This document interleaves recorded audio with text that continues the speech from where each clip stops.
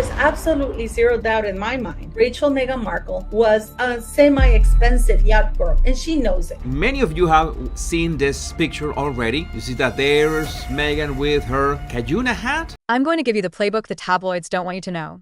By the end of this video, you'll be able to separate rumor from record, map who actually said what on the record versus what was sources say, trace the verified timeline of introductions around Meghan, Harry, and Sarah Ferguson, and spot the 5 classic PR moves the palace uses when a story explodes online. Here's the truth the headlines blur. Royal narratives don't spread because of facts alone. They spread because of framing. One suggestive phrase, one clipped quote, one anonymous insider, and suddenly speculation outruns evidence by a mile. Tonight, we slow the story down. We mark what's verified, what's disputed, and what's flat out unproven. And once you see the pattern, you'll never read a royal bombshell the same way again. Well. If it isn't two snakes fighting, because Meghan Markle's past is truly coming back to bite her in the butt. And I am here for it. I am here for it because, Meghan thinks that she can go through life spiting everybody, hurting people, stepping on people, and never coming back to haunt her. Except when one of these people is Sarah Ferguson, who is as bad as Meghan Markle. They're both cut from the same cloth, guys. If you think that Fergie is different, no, she's not. And what Fergie is negotiating allegedly right now is a tell-all book, and that's what she's using to threaten the royal family. But you would think that it would only involve the royal family. Yes, it does, but it also involves Rachel Meghan Markle, because Fergie has all the tea on Meghan Markle, how she really met Harry and the circles that Meghan Markle moved in. Start with a spark, a throwaway line attributed to Sarah Ferguson in social chatter, gets repeated, reshaped, and amplified across feeds. It isn't a formal statement. It isn't a sworn interview. It's an echo, unconfirmed, unauthenticated, and immediately weaponized. The wording mutates as it travels. Some outlets frame it as a wink. Others inflate it into a claim. By the time it hits your screen, it reads like a verdict. But if you strip away the filters, you don't have proof. You have a rumor wearing a crown. That's step 1 in the royal scandal machine. Ambiguity. It invites the audience to connects that may not belong to the same picture. Step 2 is proximity. Attach a high-interest name, Fergie, Harry, Meghan, and the story inherits credibility. Harry, it's still to be determined. The sick part of it all here is that Meghan, in her dumbest move yet, has completely shut this person down. Can you imagine if Meghan and Fergie are exactly cut from the same cloth? Meghan, of all people, should understand that Fergie is going to by osmosis. Step 3 is the montage. Old photos, unrelated timelines, vague connections get edited together as if simultaneity equals causality. It doesn't. And yet, to the casual viewer, the collage feels like confirmation. It's the record we can stand on? Meghan Markle's public timeline is not a mystery, Northwestern. Acting grind. Early roles. Breakthrough on Suits. A well-documented introduction to Prince Harry through mutual friends. A courtship that moved quickly but left receipts. Interviews, appearances, official engagements. All of that lives in daylight. The more sensational sidebars, the whispered parties, the alleged circles, the conspiratorial overlaps, live in shadow. Shadows are not evidence. Now, watch how the palace side plays it when a whisper goes boom. Move 1. Silence. Never complain, never explain is not a motto. It's muscle memory. Move 2. Refocus. Flood the zone with duty, charities, visits, ribbons so oxygen thins around the rumor. Move 3. Surrogates. Let friends of the family nudge context without putting a royal signature on the quote. Move 4. Time. Attention is a currency. Scandals spend fast. Move 5. Receipts, rarely used, but when necessary. A measured on-record denial that narrows the target instead of punching the entire internet. Here's where viewers get trapped. Outrage is addictive. Headlines dare you to pick a side before you've seen a single primary source. But ask better questions. Who's on the record? What's the exact quote? When was it said? Where is the full context? Why is it surfacing now? If any one of those 5 W's is missing, you're not looking at journalism. You're looking at narrative engineering. Let's zoom out.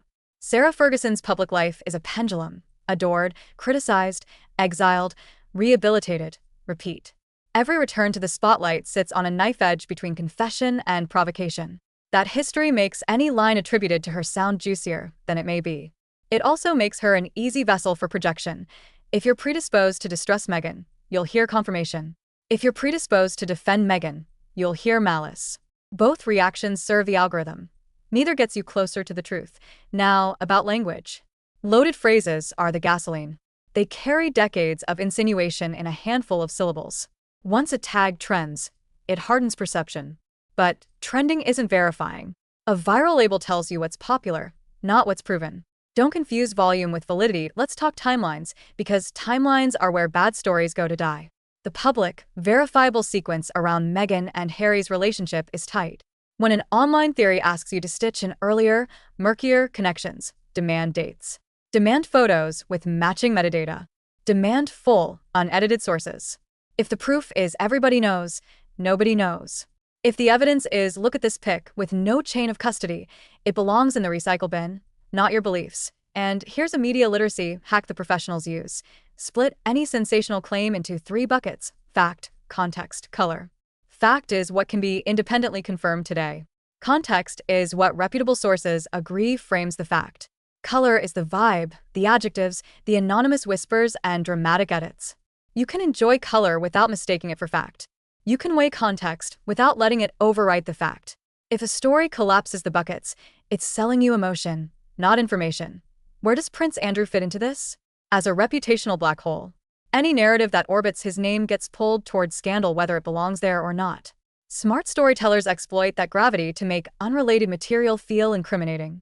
Don't fall for it. Relevance requires evidence, not adjacency. So, what should you take away from tonight? First, the difference between said to have said and said. Attribution matters. Second, the palace's playbook is predictable. Learn it and you'll recognize when the institution is absorbing shock without engaging.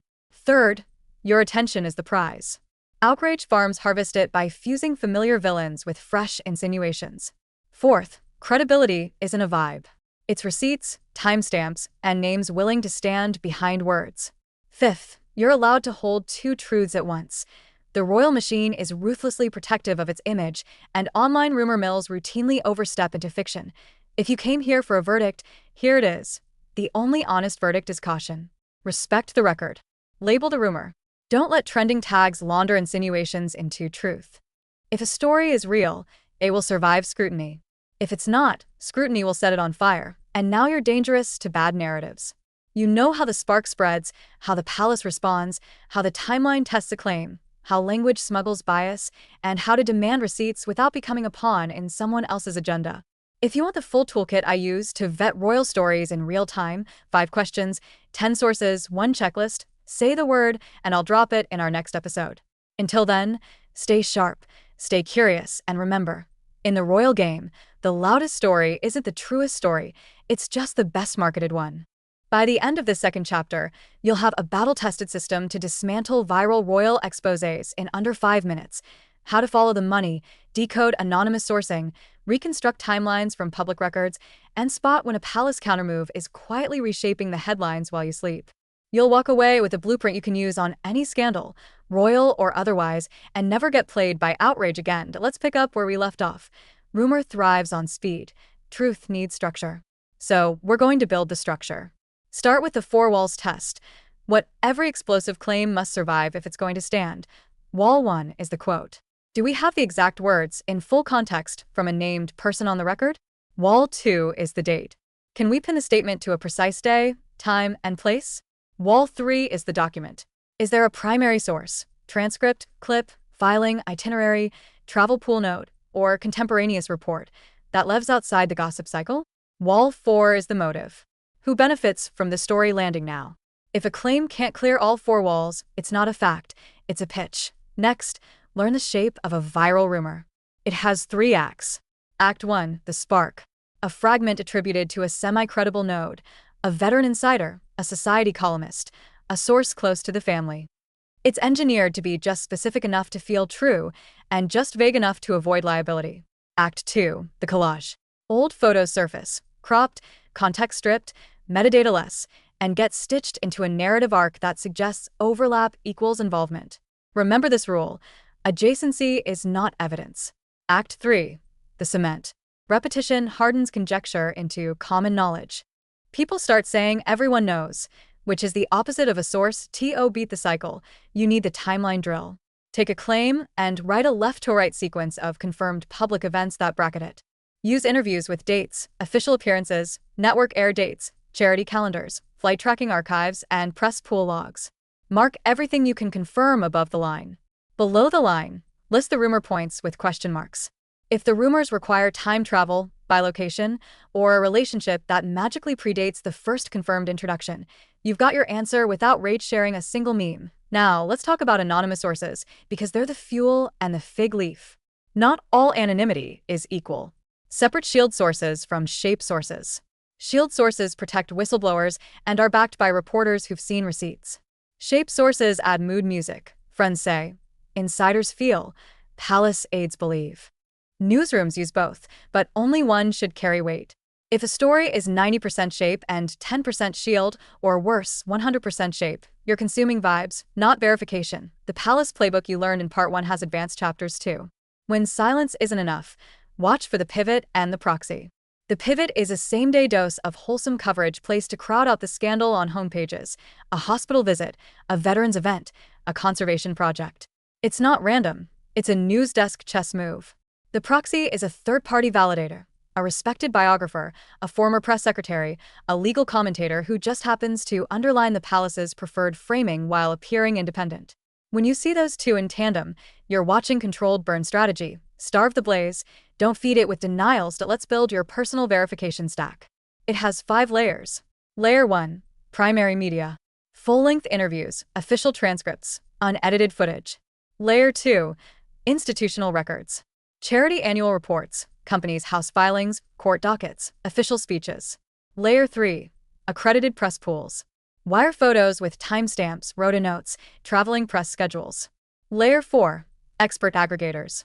Outlets that link primary sources instead of rewriting each other. Layer 5, community forensics. Independent researchers who post receipts, original scans, EXIF data, wayback captures. The order matters. Work top-down, not vibes up. We also have to address photo evidence, because images sell the lie. Use the 5-point photo check. 1. Provenance. Who first published the image and when? 2. Chain of custody. Can you trace it through original posts, not reposts? 3. Metadata. Does the date/location tag exist, and does it match the caption claim? 4. Context pairing. Are there adjacent frames or a wider crop that change the story? 5. Motif alert. Does the image simply match a narrative archetype, party, yacht, red carpet, without proving the allegation? If a picture works only when captioned with insinuation, it's not evidence, it's decoration. Here's a mindset shift that will save you hours. In elite ecosystems, coincidence is common because the circles are small. The same photographers, clubs, festivals, PR firms, charities, and hotels repeat. Overlap is inevitable. The question isn't, did these names ever float in proximity? It's, did a verifiable relationship exist at the claim time that logically connects to the allegation? Proximity without process is storytelling, not sourcing. Let's do a live-fire drill on the inside the house trope. The idea that any whisper attributed to a relative or longtime friend must carry unique truth. Treat it like a 3-step filter. Step 1, capacity. Did this person plausibly witness the event they're implying, or are they simply socially adjacent? Step 2, competence. Do they have a track record of accurate, on-the-record statements that survived rebuttal? Step 3, consequence. Are they risking anything by attaching their name to the claim? A whisper that fails all 3 is theatrical, not testimonial. Now the hardest part, your own bias. Algorithms don't just show you stories. They learn your reactions and sharpen them. If you dislike a figure, your feed will breed sources that confirm your suspicion. Cure it with the inversion habit. Once you read an allegation, actively search for the strongest countercase from credible outlets. If your position can't survive the best opposing evidence, it isn't a conclusion, it's a comfort. Let's map the 7 red flags of a weaponized royal rumor. 1. New noun, old photo. 2. Passive voice headlines. It is being suggested. Questions are being asked. No subject, no spine. 3. Elastic timeline. Events blurred across years to imply a single season. 4. Credential laundering, celebrity journalist or royal watcher with zero masthead accountability. 5. Screenshot sourcing, claims that live only as JPEGs of text with no link. 6. Legal tease, lawyers are watching closely, a phrase that means nothing but sounds ominous. 7. Moral framing before factual framing, disgraceful, shocking, unforgivable, leading the copy before a single verifiable detail appears. Zooming out, remember the institutional context. Royal families are not just genealogies, they're brands with risk registers. When you understand that, you see why some stories get oxygen and others suffocate. If a scandal threatens the crown's core value proposition, stability, continuity, duty, it's managed with rituals, not rebuttals. If it only threatens an individual's reputation without structural risk, it might be left to burn as a cautionary spectacle. That choice isn't proof or disproof. It's risk calculus. Let's give you the 10-question rapid reality checklist you can screenshot and use forever. 1. Who is named? 2. Who is unnamed? 3. What is the exact quote? 4. Where is the full source? 5. When did this allegedly occur? To the day? 6. Why now? What's the news peg? 7. What's the alternative? Boring explanation? 8. Which receipts exist outside social media? 9. How does the claim fare against a public timeline? 10. If this were false, what would we expect to see? And do we see it? Answer 7 of 10 with confidence, and you've already beaten most newsrooms on deadline. We also need to talk about retractions and clarifications, the quiet graveyard of viral myths. Outlets rarely blast corrections as loudly as accusations. That's why your final move is the 72-hour sweep. 3 days after a story peaks, research it with update, clarification, editor's note, and the outlet's name. You'd be shocked how many narratives silently shrink, get reframed, or die. Truth often arrives late and softly. You have to go pick it up. Now, let's apply all of this to the psychology at play when a polarizing figure is involved. Polarization compresses nuance. You're pushed to love or loathe. In that squeeze, any new allegation becomes a referendum, not a report. Your job is to separate identity from evidence. If you catch yourself rooting for a claim to be true or false before you've tested it, pause. Curiosity before certainty. That's how you keep your judgment clean. Finally, the most empowering part, building your personal receipts culture.